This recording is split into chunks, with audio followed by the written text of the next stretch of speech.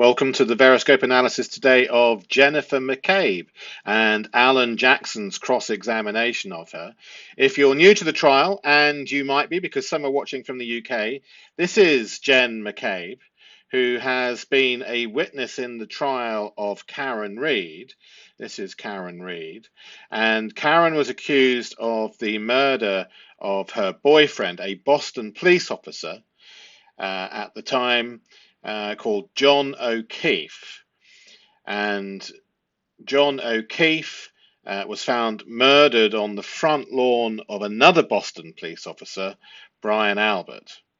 Jenn McCabe was inside the house where the murder scene occurred, and Jenn McCabe was with Karen when they, inverted commas, discovered the body. So we're going to be watching some of the trial. And if we watch the first 3 minutes or so, I'll then begin the VEROSCOPE analysis and we're going to do it slightly differently today. So I'll play more of the trial transcript after the VEROSCOPE introduction. And then in the second part of that trial video, see if you can catch as much of the deception markers which we're looking for as you can. See how many you get. And then at the end, I'll run through what we found with VEROSCOPE, see if we match, and maybe you find more than I do. I hope you do. Put them in the comments and we can do a good analysis of the cross-examination of Jenn McCabe in trial 1 of the Karen Reid trial. Okay, let's see what she has to say. Good morning. All right, Mr. Jackson, whenever you're ready. Thank you, Your Honor. Ms. McCabe, family is important to you, is it not? Yes. As a matter of fact, it's probably fair to say that family is one of the most important things in your life.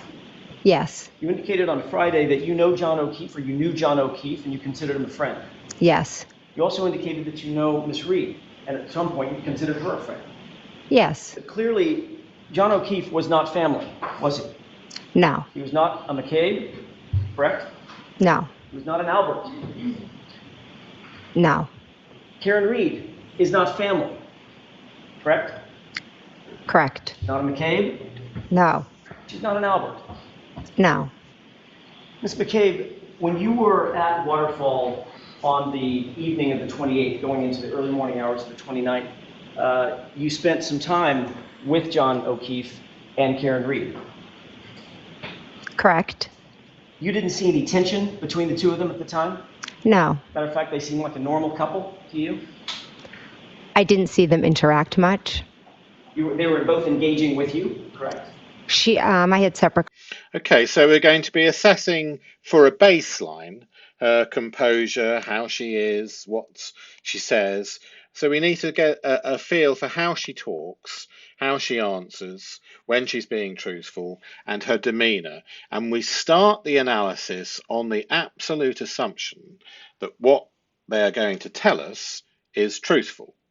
So we accept the truth from the beginning. That's our starting point. And if they talk us out of it themselves, then we can begin to assess where in the statement is it deceptive. So as a principle of analysis, we begin accepting that what they say is the truth. That's the starting point. Let's see what else she has to say. Conversations with them. So John O'Keefe, we've seen from several videos, I'm not going to play the video, John O'Keefe was situated for the most part over in that corner as the camera is looking, the right corner of the bar, along with you, Nicole O'Keefe's, I think Matt McCabe was over there as well, correct?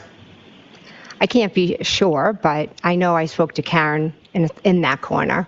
And certainly you saw nothing to suggest that there was any tension or discord between and among those individuals, certainly between Ms.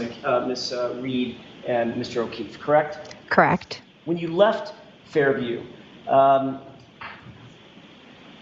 were you among the first to leave or among the last to leave?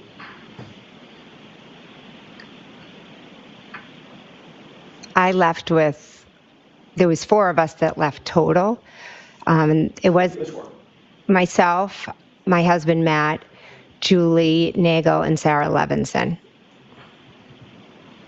When you walked out, Karina Kolakithis was close by, close in tow, correct? Oh, wait, are you talking about leaving the waterfall? The waterfall. Oh, I'm sorry, I was confused. I was talking about Fairview. Leaving the waterfall? Correct. Yes, we were one of the last to leave. All right. And Miss Karina Kolakithis was sort of in tow right with you as you were walking out, correct? Yes. And Karen Reed, my client, was also heading that direction as well, correct? Yes. And you said something to Miss Reed, did you not? As you walked out. We were in a conversation, yes. Did you say specifically, you're coming with me to Karen? No, You didn't say that. not exactly those words. What exactly were the words that you used? I said, why don't you come with me? And you even waited outside. Okay, so there's the baseline. She's exhibiting avoidance. Is she conveying information, or is she convincing us when she does give us information? These are the questions that we'll begin to start asking. But already, I don't know if you feel it, but I feel it.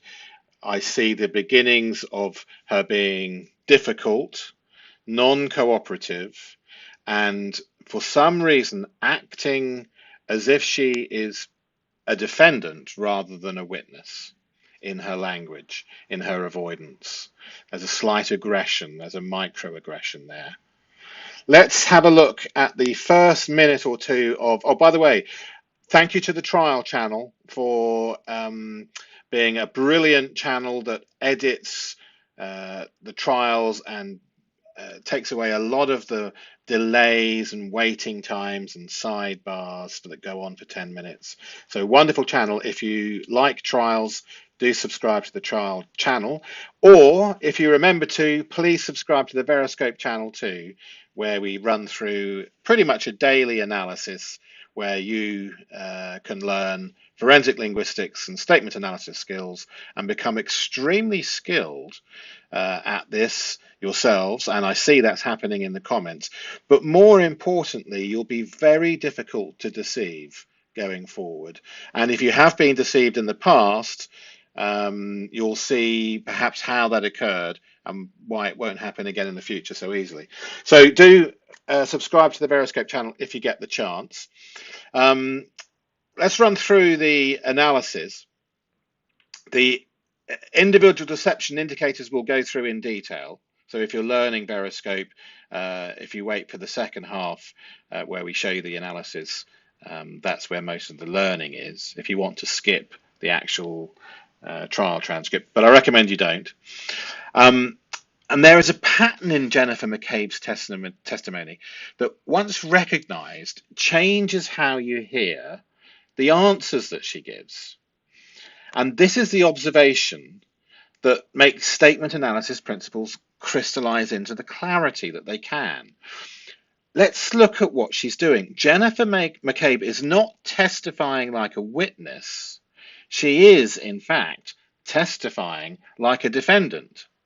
She has that shield around her, that fear that the truth might come out. She's guarded.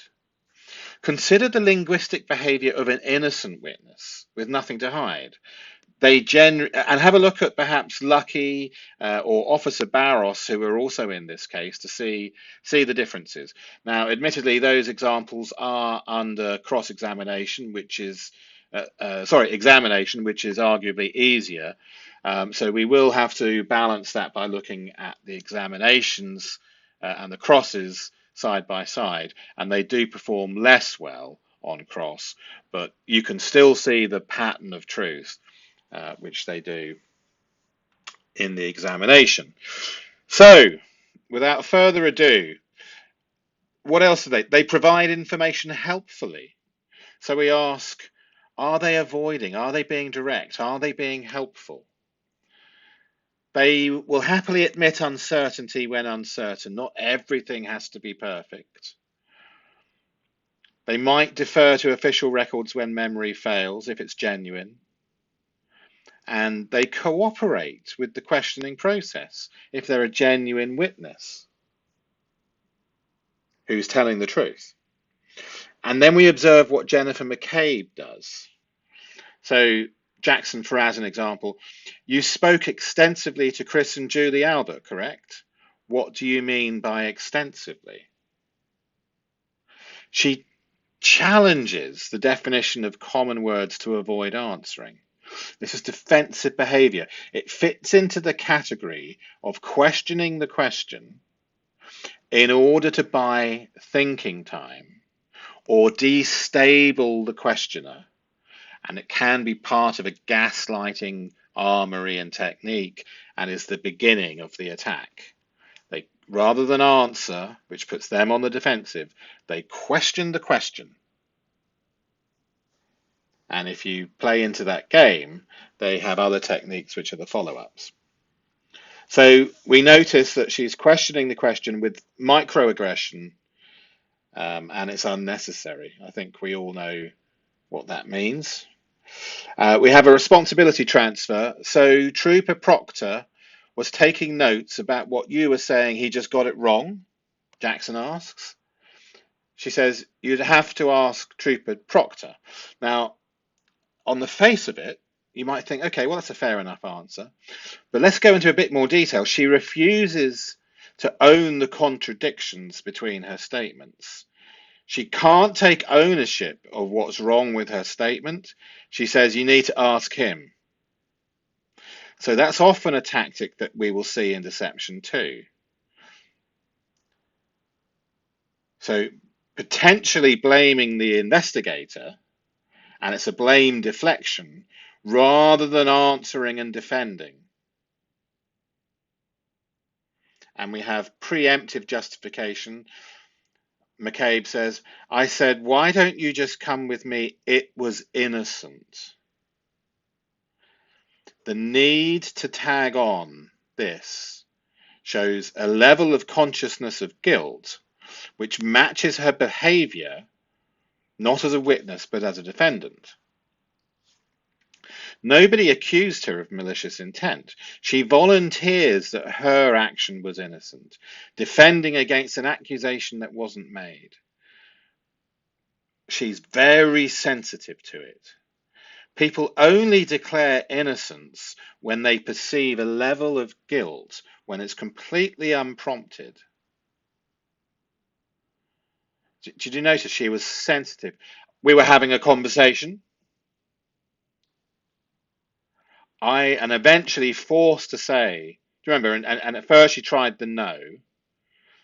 Jackson presented the evidence, and she reluctantly has to concede and then tag on, it was innocent.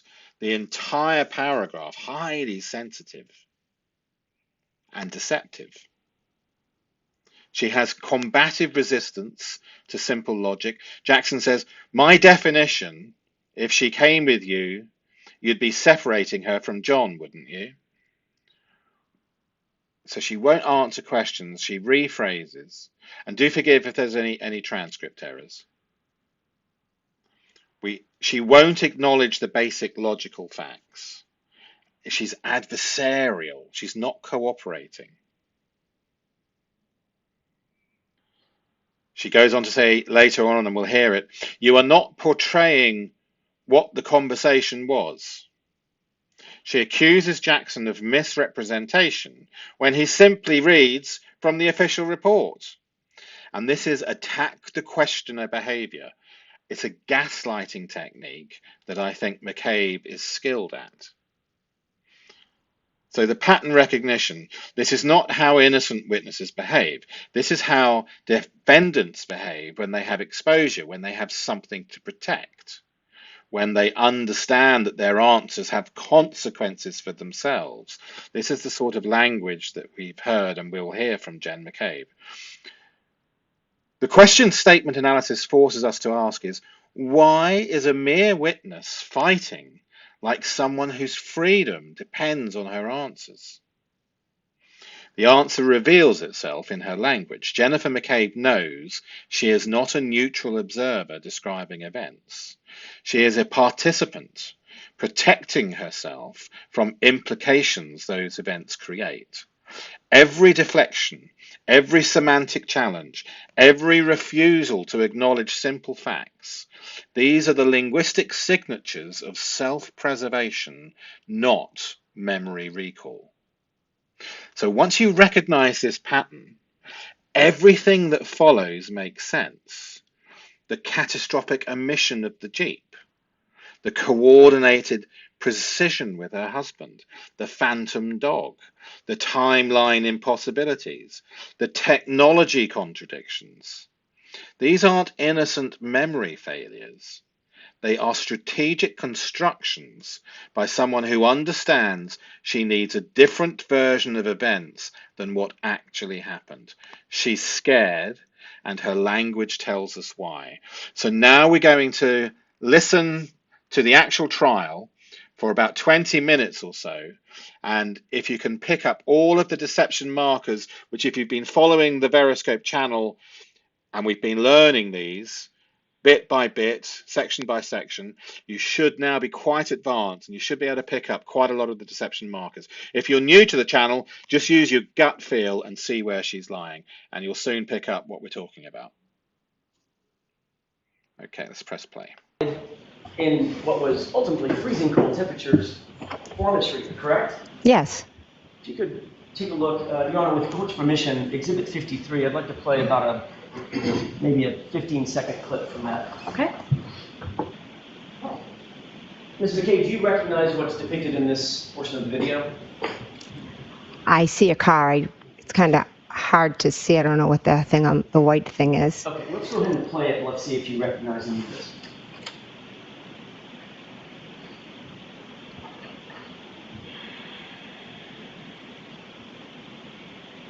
Pause, please.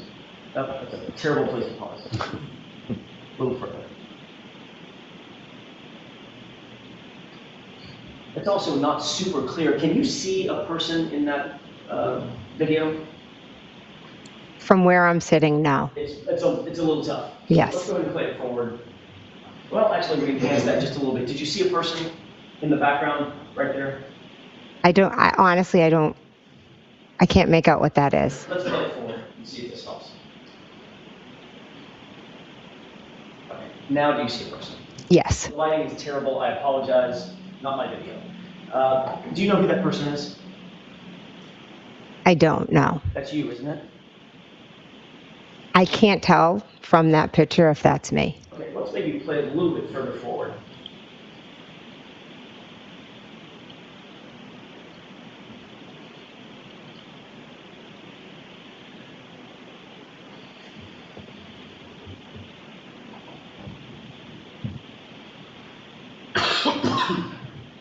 Awesome. Now, with the flag out of the way, do you recognize anybody in the foreground down at the bottom right? That looks to be John. Mr. O'Keefe? Yes. Do you see someone to his right? I do, yes. And who is that person? I cannot make it out in the photo. Okay, let's go ahead and play it forward. And pause. You see the person with the sort of white shoes just above the car. Yes. Does that appear to be you? I can't make that out that it's me, but I know I was there, and I know I spoke with them. Okay, so you do recall walking outside and sort of waiting and hovering in about that area, correct? I was talking with them. Okay. Does it appear that you're talking with them in No. this frame? It looks like they've walked away. Right. As a matter of fact, it looked like they walked away without talking to you outside, correct?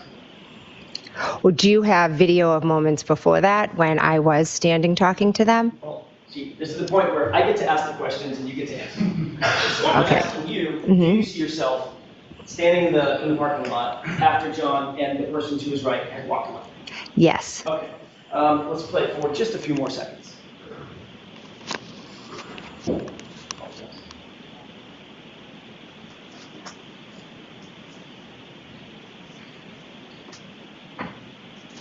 Go ahead and pause. And what do you appear to be doing at that point? Walking to my car. Okay, so you turned around and left after Mr. O'Keefe and the person to his right walked away, correct? Correct. As you sit here, even though the video leaves a little to be desired, you know that John O'Keefe left with Carrie, correct? Yes. So the person to his right, the more petite person with the long hair, that would be Karen. I would assume. Okay, so you waited out in the parking lot for a few minutes after you said or joked, "You're coming with me," or something like that, correct? No, I was speaking to them, and then I walked to my car. You didn't say to Mr. O'Keefe, "You're coming with me." You said to Karen Reed, "You're coming with me," or something to that effect, correct? Mr. O'Keefe was not outside when I said to Karen, "You're coming with me." I told Karen, "You're coming with me," because John was still in the bar with Matt. So you asked Karen to come with you in your car? Yes. To give her a ride? Yes. Separate from John O'Keefe? Yes, I figured he could go with Matt because they were still in the bar. Was there a reason why you wanted to separate Miss Reed from Mr. O'Keefe at that moment? No. Why not just walk to your car with Matt and go where you're going to go? Matt was still inside. So you thought it was important enough to make the statement, "You're coming with me," or something to that effect, to my client, to separate her from John O'Keefe, even though your testimony is John O'Keefe was just inside the bar? Objection. Sustained as to that form. Ask it differently. Sure.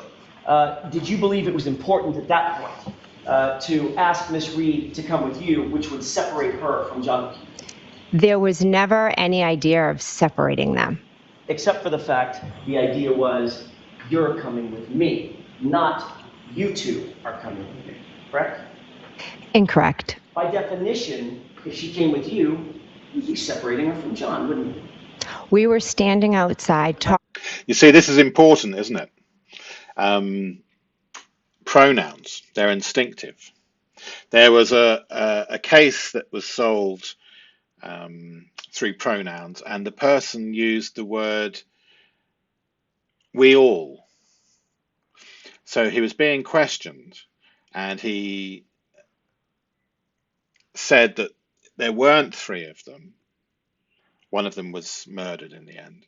It was just the two of them, and they went to the fair. But in the statement, he had written, "we all went to the fair," or were to that effect. And many years later, in a cold case analysis, somebody saw in the statement, hang on a second, "we all went." You don't say "we all went" when there's only two of you. Do you see? "We all went" means there's three of you at least. And so this singular error in the statement cracked the cold case. And so pronouns are important, and Jackson's just seen one. The question would be answered yes or no. By definition, your statement to her, "You come with me," would separate her from John, wouldn't it? It would not, because we were all going back to Fairview Road. But not at the same time. Incidentally, if you're learning statement analysis with VEROSCOPE, remember to save the videos that you like, that you learn a lot from, especially the longer ones, so that you can come back and watch again. Repetition really is the mother of all skill. So I would advise those that you really enjoy, or those that you don't have time to finish, save them so that you go through the entire, and most of the course is free just on YouTube. But if you want to go into more detail in a more formal way, there's also the membership available as well on YouTube too, to make it all in one place. Ma'am, correct? Your idea is to bring Karen with you, separate and apart from John. We were waiting for John to come out, and I said, "Why don't you just come with me?" It was innocent. I'm not asking for your explanation. You'll get to that with Mr. Lau. I'm asking for a yes or no question, or yes or no answer. It was innocent. By definition, your invitation would separate Karen from John, would it not? Objection. That could be a latent admission. Would it or would it not separate John and Karen for the ride over? Objection. Sustained. Now, when you arrived at Fairview, she's some folks combative, were already isn't there, she? correct? But she's happy to fight. Yes. who was already there? Brian Higgins, Brian Albert, Nicole Albert, Caitlin Albert, Julie Nagel, Sarah Levinson, and Brian Albert Jr. And then you arrived as we saw, you walked through the parking lot, got in your car, you arrived, I presume, with your husband, Matt McCabe. Yes, correct. I want to ask a question about Mr. Higgins. Mm-hmm.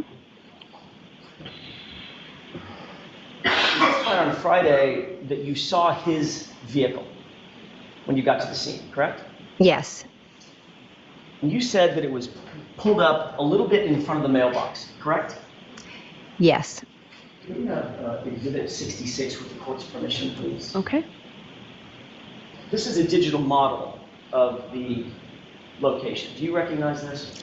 Yes. Does it appear to be a relative scale model of 34 Fairview? Yes.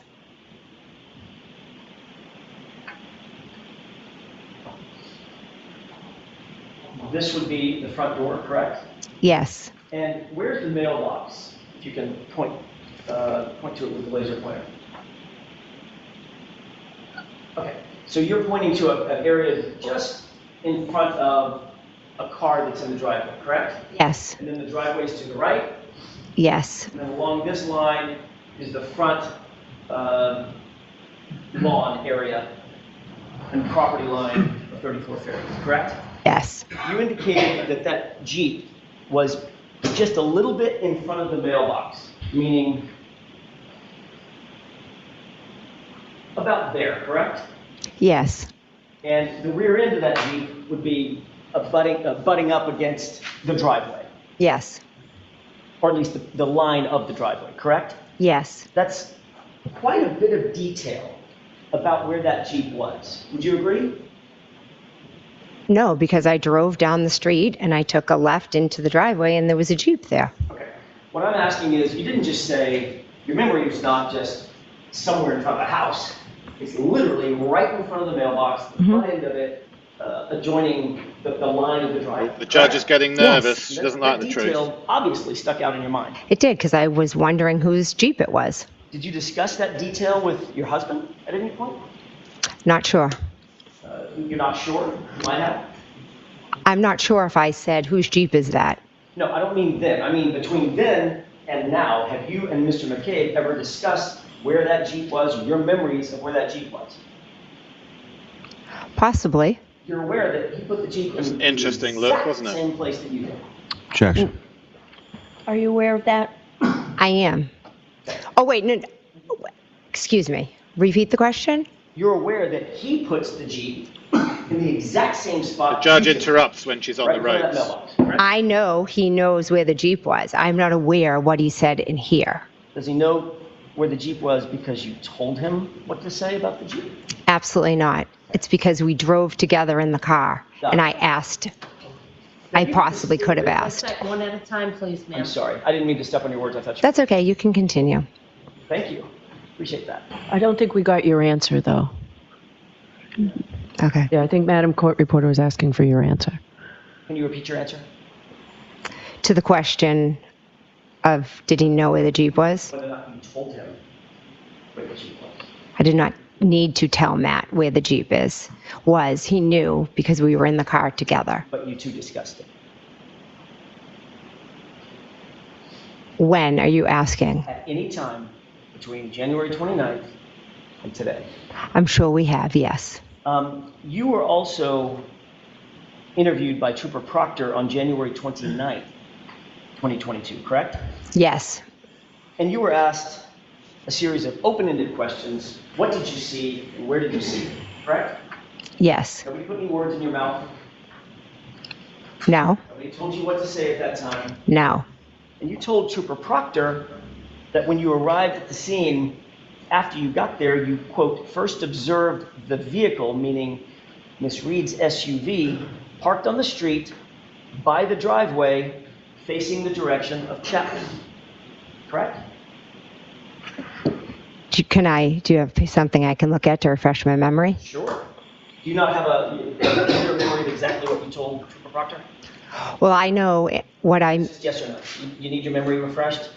I would like to see what the report says, please. Permission? Yes. Thank you.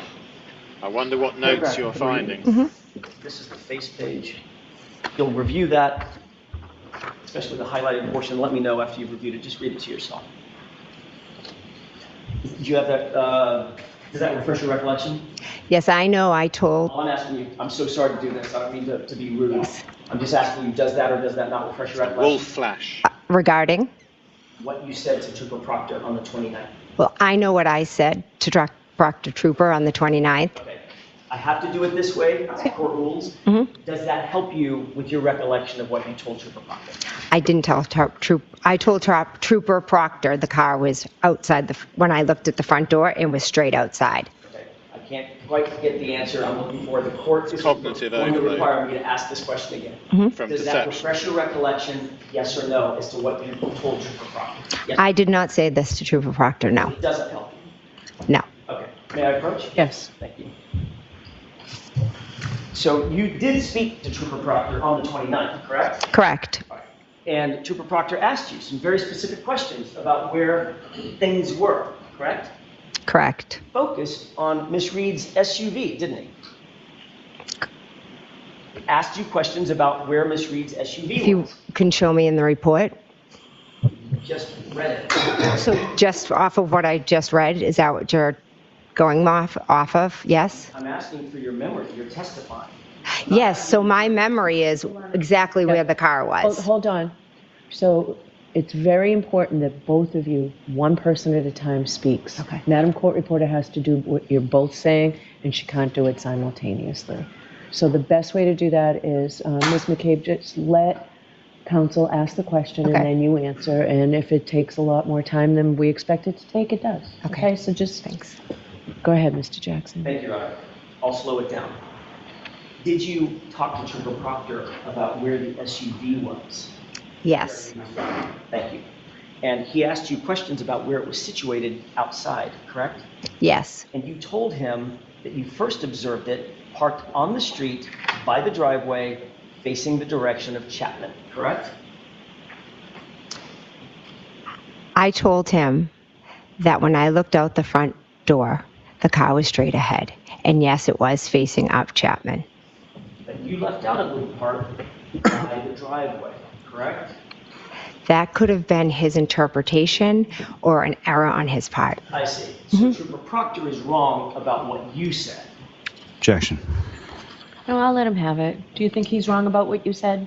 I 100% said it was straight out the front door. Okay, next question, please. Thank you, Your Honor. And during the course of that conversation, you never once, Ms. McCabe, not once, mentioned a several-ton Jeep with a snowplow attached to it, did you? I'm not sure if I did or not. Let's take another look at the report. Would that refresh your recollection to see the report? Objection. Do you think that will help you? I'll take a look at it. Okay. May I? Yes. Okay. You've had an opportunity to review? I have, yeah. May I approach, Your Honor? Yes. That looks like a report from Trooper Proctor. She's very maternal in a way to the witness. Just so long as everything's okay. You relax now. Let's slow it down. She's about to tell some things we don't want to hear. Of your interview, correct? Correct. That interview was taken on January 29th, correct? Correct. That interview was taken just a few hours, not days or weeks, hours after the events in question, correct? Correct. And you were asked what you saw, what you observed in front of 34 Fairview on that morning, correct? I'm sorry, the night before, correct? He asked specific questions about Miss Reed's vehicle. Okay. And when you said where you remember Miss Reed's vehicle being, you placed it in the exact spot where you're now saying there was a Jeep with a snowplow on it, correct? Incorrect. I never placed Miss Reed's Never. car in the spot where Mr. Higgins' vehicle was. So as Trooper Proctor was taking notes about what you were saying, he just got it wrong. You'd have to ask Trooper Proctor. I will. And you never mentioned, according to that report, not one word about a Jeep, right? I may never have been asked about a Jeep. So if you weren't asked about a Jeep, I may never. you also weren't asked about a Nissan Altima. You mentioned that? No. Right. Because what he asked you was, what did you observe in front of the house? Ma'am, that's what he asked you, wasn't it? No. And you said, I observed her car by the No. And you never mentioned the Jeep, did you? You are not portraying what the conversation was. Did you or did you Oh, not dear. mention a Jeep sitting on that, right by that driveway, Trooper Proctor? Yes or no?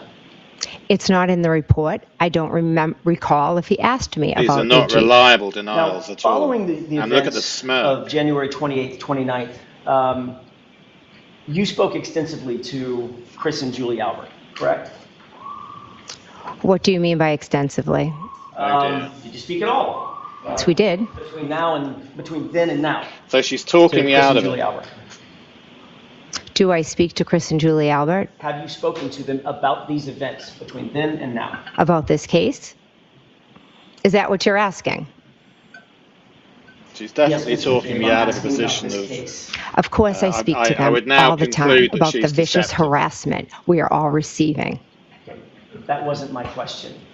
My question was, did you talk to them about this case, Ms. McCabe? Yes. I realize you want to give additional answers and editorialize. I'm asking you very specific questions. Objection. Okay, so objection as to the form. We've talked about this at sidebar, Mr. Jackson. You've talked to them about the details of that night, correct? The 28th going into the morning of the 29th. Yes. You've talked to them about what happened at the bar, correct? We've spoke about how we were all at the bar and Karen and John came in. Is that yes or no? Yes. Okay. You've spoken to them about your memory of what happened at the house at 34 Fairview that night, correct? Yes. You've spoken to them about who was at the bar, not just what happened, but who was there, correct? Correct. You talked to them about the timing of the night, correct? I don't think specifically, no. When people came to the bar, when they left, when people got to Fairview, when they left Fairview, things of that nature. Well, they were at the bar, so they know who was there and when they left. Then ask if you know what they know. I'm asking if you've ever spoken to them about these issues. Yes or no? I can't be sure if we've spoken about the timeline. And you've talked to them about when they got there and when they left. I have no idea when they arrived at the waterfall. Once again, She's Mr. McCabe, highly that's not sensitive to what the my question timeline. was. Do you understand my question? Have you spoken to them about their memory of that night and when they came and left?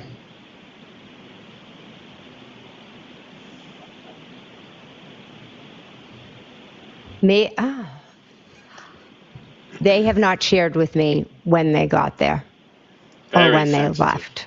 In the 2 years or 2.5 years since this event, you've had extensive conversations with your friends and family about this circumstance, correct? That's Correct. Yes. You've told them your observations of your story, correct? Correct. Your observations of the night, Correct. and they've told you their observations of the night, correct? Correct. So y'all have compared and contrasted your perspectives of what happened that night, correct? We've tried to figure out what happened to John, our friend. And you've talked to them extensively about your observations and what your story or your version is. Is that right? To be honest, not extensively. Speaking about it is very painful and difficult. What does extensively mean? More than twice? Well, you tell me. I'm asking the questions, Ms. McCabe. That's how this works. I understand, but extensively would mean almost every day. Do you talk to them almost every day? I do, but not about the case. Do subjects about this case come up every day? The harassment of the case does, yes. What about the specific facts of the case? Ms. No, McCabe? it's the facts aren't spoken as much as the vicious harassment is spoken about. Understood. So you've told them your That's an version of the interesting events, turn of correct? phrase, And isn't they've it? told you their version of the events. Correct. And remind me, Chris and Julie Albert are, in fact, calling. That's a very interesting turn of phrase. I wonder what you make of that. The facts aren't spoken as much as the vicious attacks. Isn't that interesting? Okay, let's have a look at the analysis and see how much you picked up and see how much is new. Where did we get to? So, the catastrophic omission. The primary finding. The missing Jeep.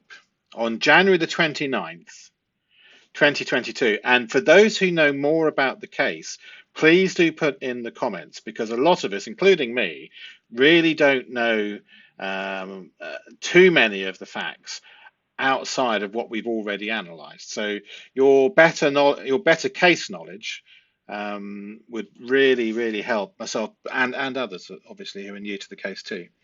So Jackson says, you told Trooper Proctor that when you arrived at the scene after you got there, you quote, first observed the vehicle, meaning Miss Reed's SUV, parked on the street by the driveway facing the direction of Chapman, correct?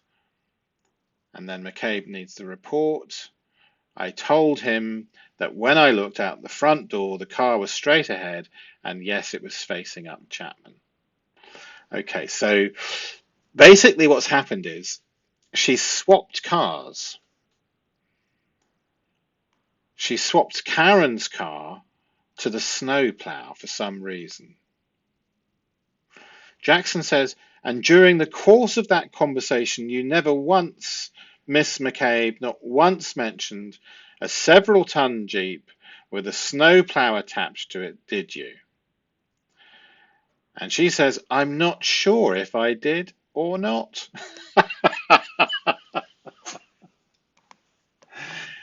With multiple get-out-of-jail cards attached. Not that you would remember a several-ton Jeep with a snowplow attached sitting in the pretend space where Karen Reed's car was. You wouldn't really remember that, would you? So you say instead, I'm not sure if I did or not. And then Jackson says, and you never mentioned, according to that report, not one word about a Jeep, right? And she says, McCabe says, I may never have.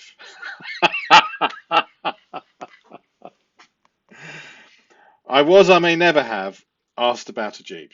Okay. So, the aha moment, the logical impossibility.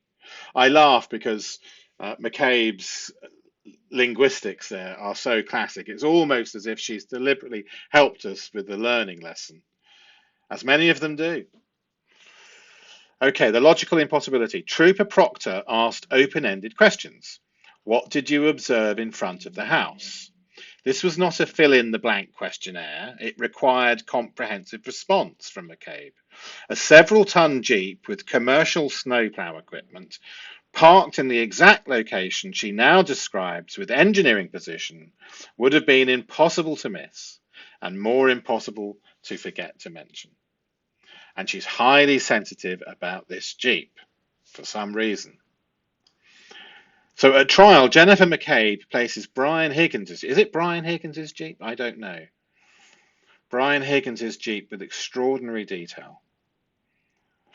I know he has a Jeep, but don't other people have Jeeps? I never really understood this part. You indicated that Jeep was just a little bit in front of the mailbox, meaning about there, correct? McCabe says yes.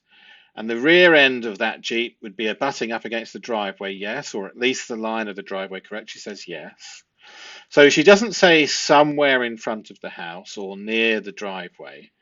Looking at her previous reports, her previous statements, she provides surveyor-level precision. Right in front of the mailbox, rear end abutting the driveway line. Isn't that unusual to be so precise? Isn't it? So when people fabricate details after the fact, they often provide excessive precision to appear credible. This is often called compensatory precision. Real memories typically are less geometrically exact. And fabricated memories constructed in consultation with others often achieve this type of language, this impossible precision, because, okay, so just in front of the, yes, and then you can see how it happens when they're talking together. They construct the fabrication rather than it being real world. They're working from a script. It's not from actual sensory experience, and it comes across in the language. So we have the coordination evidence. Jackson says, you're aware that the Matt McCabe, her husband that is, puts the Jeep in the exact same spot. You just put the Jeep right in front of that mailbox. And she says, I know he knows where the Jeep was. Jackson says, does he know where the Jeep was because you told him what to say about the Jeep? Absolutely not. Okay, so notice the emphatic denial. We put a flag in. Remember, individual flags don't mean a lot per se. But then watch what happens. Have you and Mr. McCabe ever discussed where that Jeep was, your memories of where that Jeep was? Possibly. Jackson says, at any time between January the 29th and today, I'm not sure we have. Yes. I mean, it's ridiculous. It's almost Wendy-esque. When somebody tags the truth on to a deception pattern, it tells us that they're reluctant to tell the truth and shows their deceptive nature in the conversation. So we have an incremental admission pattern. Don't forget, we've only just started the cross-examination. We're very early into it. And we have an incremental admission pattern already. Absolutely not. Emphatic denial of telling him what to say. Possibly, when asked if they discussed it. And then the surrender, very much like Wendy. I'm sure we have, yes, when the timeline is specified.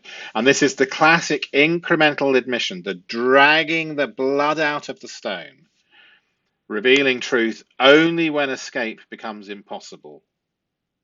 The emphatic absolutely not is about direct instruction, but they've possibly discussed it.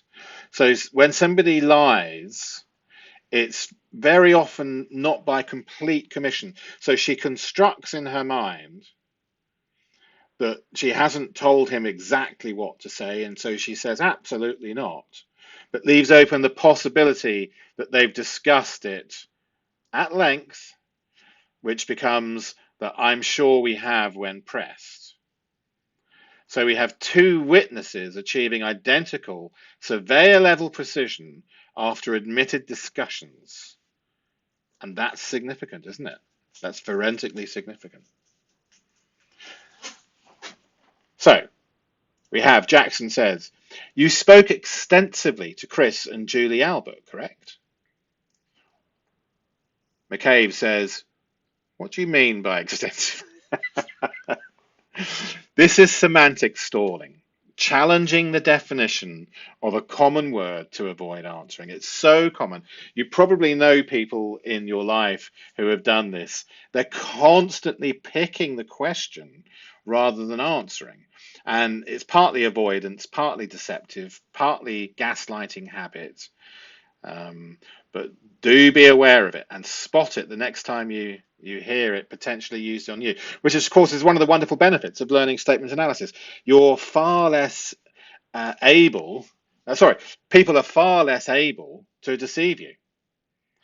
You can almost become undeceivable, if that's a word. I'm not sure. Okay, McCabe, extensively would mean almost every day. Do you talk to them almost every day? I do, but not about the case. So, and she then goes on to talk about vicious harassment. She says,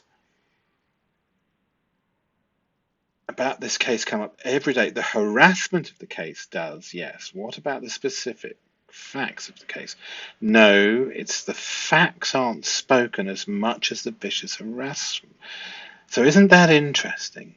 The facts aren't spoken as much as the vicious harassment is spoken about. That's interesting. They know the facts.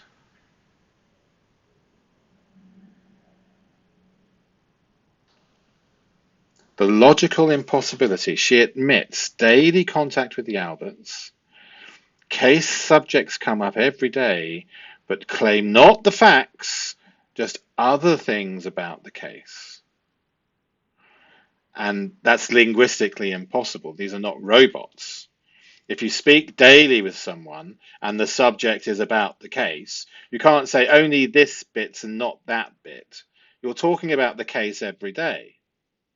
And you are by definition discussing case facts. The qualifier, the harassment, is an attempt to reframe what these daily conversations generally contain. But it cannot undo the admission that case subjects arise daily. So there we have it. And she's trying to minimize it, and she's trying to be deceptive about it. And then we go back to the beginning of the video and we ask, why? Why is she acting as if she is the guilty rather than a witness? Pattern. We have post-event memory contamination. We have extensive admitted discussions with co-witnesses, identical precision in the testimony, the Jeep location, and details absent from original statement now precisely remembered. Comparative analysis. We've tried to figure out what happened to John, our friend. So we have convincing type of language to us. Almost a cry for sympathy as the reason why they're all being deceptive. You see, and we don't buy it. So the forensic assessment, when manipulative witnesses provide identical specific details after admitted extensive discussions, but those details were absent from their immediate post-event statements, this indicates narrative construction rather than independent memory. And then we have the separation statement. So the pronouns don't lie. Do you remember Alen Jackson caught this? You're coming with me, Jenn McCabe said, as they're leaving the Waterfall Bar. Jennifer McCabe says something to Karen Reid. Jackson says, did you say specifically you're coming with me? Excuse the transcript error. No, you didn't say that, not exactly those words. What exactly were those? So excuse the transcript error there. I said, and then she admits, I said, yeah, there was a battle, wasn't there, between what, okay, all right, well, what exactly did you say then? So always a battle. I said, why don't you come with me? And so this is a pattern which is common in deception and liars. Everything's a battle. Everything's confusing. So as an overall picture, part of baseline, we're looking at how they are, is a good way of saying it. As we get linguistic empathy to their feelings and how they are, we start to get closer to their language. You didn't say to Mr. O'Keefe, you're coming with me. You said to Karen Reid, you're coming with me, or something to that, right? Mr. O'Keefe was not outside when I said to Karen, you're coming with me. So rather than saying yes, here's the excuse first and then the admission. It's a pattern, isn't it? I told Karen, that's interesting, isn't it? This isn't asked or suggested. I told Karen, you're coming with me, because John was still inside the bar with Matt. That's very interesting. So pronoun analysis. The pronouns in why don't you come with me are psychologically significant. You, the singular, exclusive, Karen only. Me, Jennifer, not us. Do you see? Absent you two, you guys, both of you. It couldn't be because he was inside the bar. The absence of plural pronouns is as revealing as their presence. She didn't say, why don't you guys come with us? Because John wasn't included in the invitation, even though he was inside the bar. Pronouns are instinctive. We don't pause to choose them. Her brain formulated the invitation to Karen alone. I believe there was an element of separation there. I wonder if Higgins had spoken to McCabe at some point in the evening.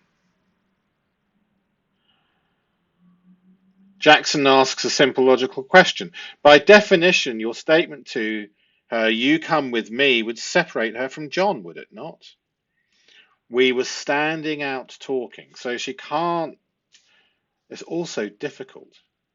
Jackson says, would it or would it not separate John and Karen? Judge goes in because she's on the ropes. She takes her gum shield out. She washes it. She puts it back in for her. She asks if she's okay. She gives her a 10 count. And then she says, okay, back on. Jackson, I'll allow it. You can ask one more question. It's a pattern of hers. She rescues the witnesses when they're under extreme pressure and the cognitive overload is spilling truth. When the witness finally gets to answer directly, McCabe says, there was never any idea of separating them except for the fact that the idea was, you're coming with me, not you two are coming with me. By definition, if she came with you, you'd be separating her from John, wouldn't you? We were waiting for John to come out, and I said, why don't you just come with me? It was innocent. And this choice under extreme load and pressure, this is what seeped out of Jenn McCabe. It was innocent. It's unnecessary and it's convincing language. And it's deceptive in the sense that her entire architecture has been one of deception. And if we follow the pattern, and this came out from her to back up, because she knows it doesn't sound at all innocent. There's unnecessary justification. People don't declare their actions innocent unless they perceive guilt. This single word, innocent, reveals that Jennifer McCabe understands her invitation to Karen, excluding John, has a negative connotation. She's defending against an accusation that hasn't been made. This is preemptive justification. It's a high-level sensitivity indicator. Okay, that brings us, I think, to the end of today's VEROSCOPE analysis, and we'll continue with McCabe tomorrow, I believe, Sunday. So do subscribe for that, or hit the notification bell to be one of the first to comment and lead the discussion in the direction that you wish. So subscribe and hit the notification bell. And if you want to learn forensic linguistics in more detail, do consider joining the VEROSCOPE channel. There's two types of memberships. One is pretty much buy me a coffee, and some of the free training is in there so that you can glimpse or see what the training is like before committing to the higher level of the VEROSCOPE channel membership, where I intend to have the full chapters available for you month by month. Okay, look forward to chat to you in the comments.